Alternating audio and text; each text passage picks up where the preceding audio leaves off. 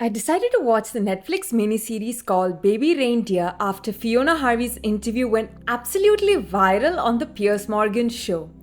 Now, if you're living under a rock and don't know about the number one Netflix show right now, it's called Baby Reindeer, and let me tell you all about it. Baby Reindeer is actually an autobiographical one-man show created by Richard Gadd, who's also starring in the Netflix series.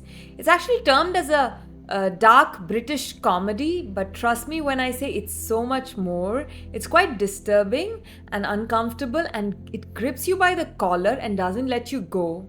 It took me over a week to actually prepare the script for the show, and I was wondering how to even present such a dark theme to my audience. When the episode starts, we meet Donny, played by Richard Gadd, who's the creator of the show, a guy who could easily be any one of us. He might be in his late 20s or early 30s, and he's grappling with a harsh reality that life isn't just a dream he once thought it to be. It is tough, it's monotonous, and it's filled with small daily doses of disillusionment. And then, out of the blue comes Martha into the picture, played by the brilliant Jessica Gunning, a seemingly kindred spirit in a world full of challenges.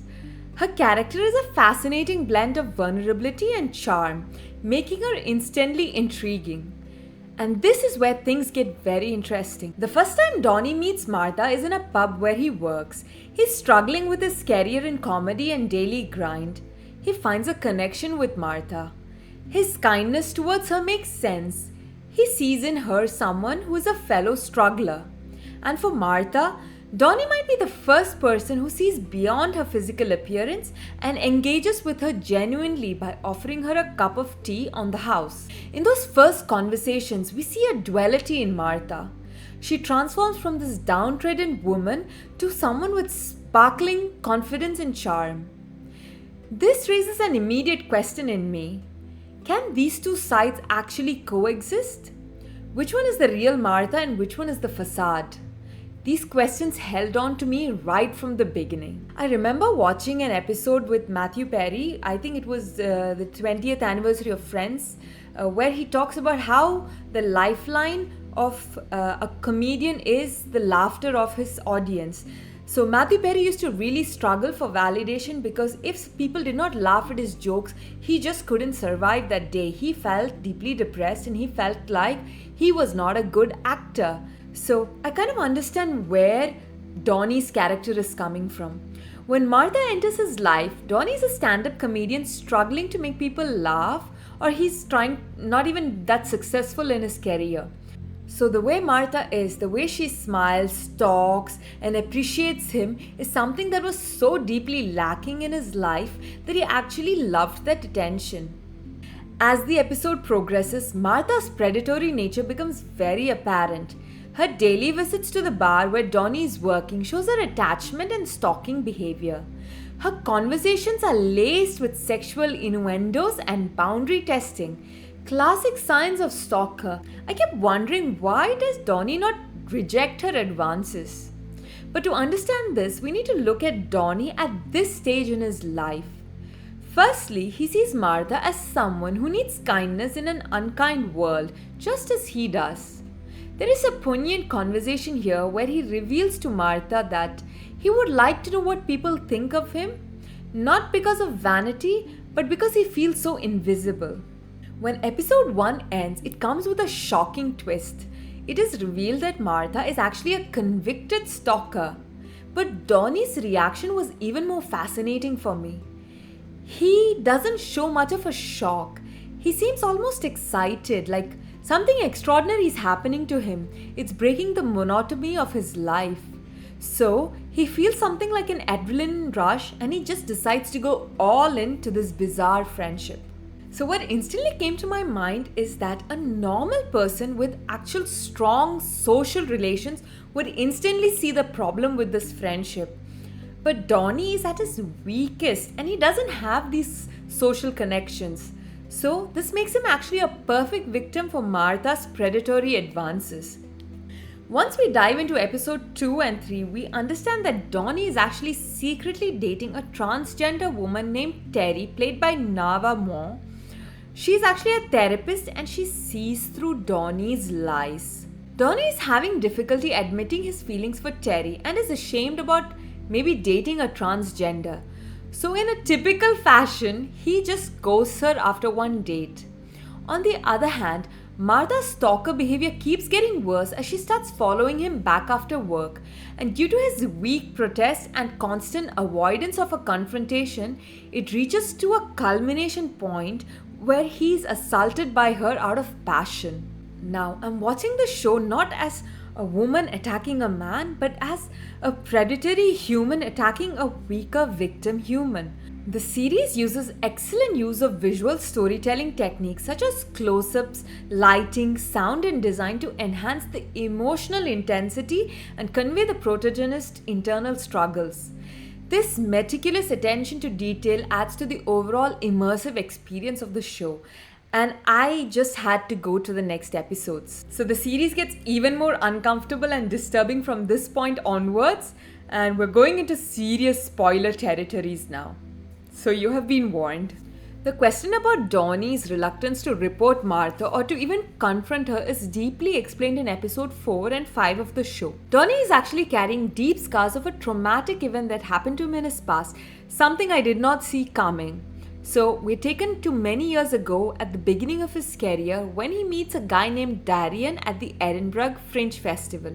Darian is actually a successful writer in the comedy scene, and he pretends to help Donny find a good successful show or to become a writer in one of his shows. Eventually what happens is you understand he's grooming Donny in the pretext of giving him a shot at fame. I went and searched what is the term grooming just to explain this better to you guys. So grooming actually means to sexually abuse a minor or a child. If not a minor or a child, you're actually sexually abusing a person in the pretext of being his mentor or teacher. This is what grooming means. This horrific experience left him emotionally shattered and profoundly affected his sense of safety and trust in others. The trauma of sexual assault often triggers feelings of shame, guilt, and powerlessness, which can linger long after the event itself. Survivors of sexual assault often grapple with feelings of shame and self-blame, believing they somehow invited or deserved the violence inflicted upon them. So, Donny may internalize these harmful beliefs, blaming himself for Martha's obsession and maybe even believing he somehow encouraged her behavior. This internalized shame reinforces his reluctance to speak out against her. Also, he feels that when he was not man enough to speak out against his rapist, he shouldn't be speaking out against Martha. So, Donny is resorting to avoidance or disassociation as a means of self-protection. Confronting Martha or reporting her would force him to maybe confront his painful memories and emotions he may not be ready to face. By avoiding confrontation in total, Donny is seeking to preserve his fragile sense of emotional equilibrium, even at the expense of his own safety and stability of his relationships. At one point, things get so worse when Martha finds out Terry and Donny are dating each other. She physically assaults Terry, and at one point she even gets into his house in the pretext of being a friend with his landlady. So Donny understands the severity of her stalker behavior and confronts her. To a point, he's briefly able to keep her at bay, but things start spiraling down again. It gets even worse to the point where she starts harassing Donny's parents, and this is actually creating a breakdown in all his relationships. He's kicked out by his landlady. Terry breaks up with him because he's not doing anything about the situation, and so later he decides to take matters into his own hands to get Martha arrested. This starts becoming a spiraling rabbit hole of guilty indulgence and trauma-based shame. At one point, Donny is seen to start obsessing over Martha when she takes a backstep and gets out of his life. He starts missing her attention and her validation to the point that he starts fantasizing about her. He's equally interested in her and is disgusted by her.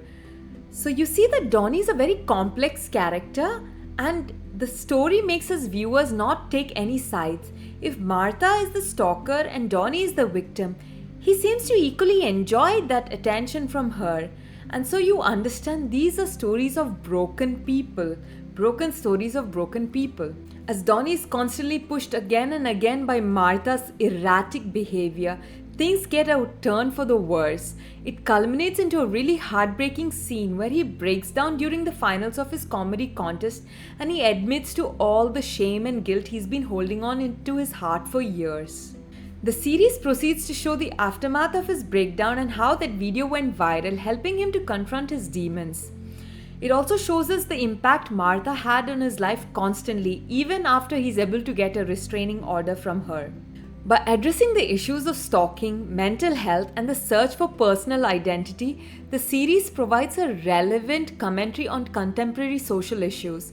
It opens up important conversations about the psychological impact of stalking and the challenges faced by those seeking validation and recognition.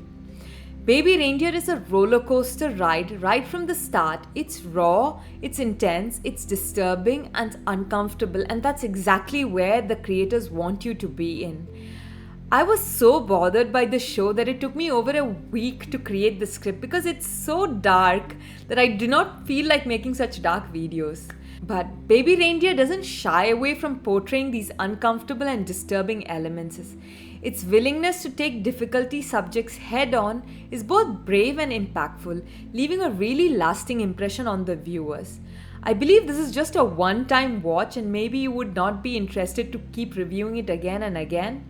But if you're really into deep, dark, disturbing, uncomfortable psychological thrillers, you must check this series out. So that's it guys, that's my review of the Netflix series Baby Reindeer. If you have seen the show, let me know what you thought about it. Was it as disturbing and uncomfortable for you as it was for me? Until next time, take care. Ciao ciao.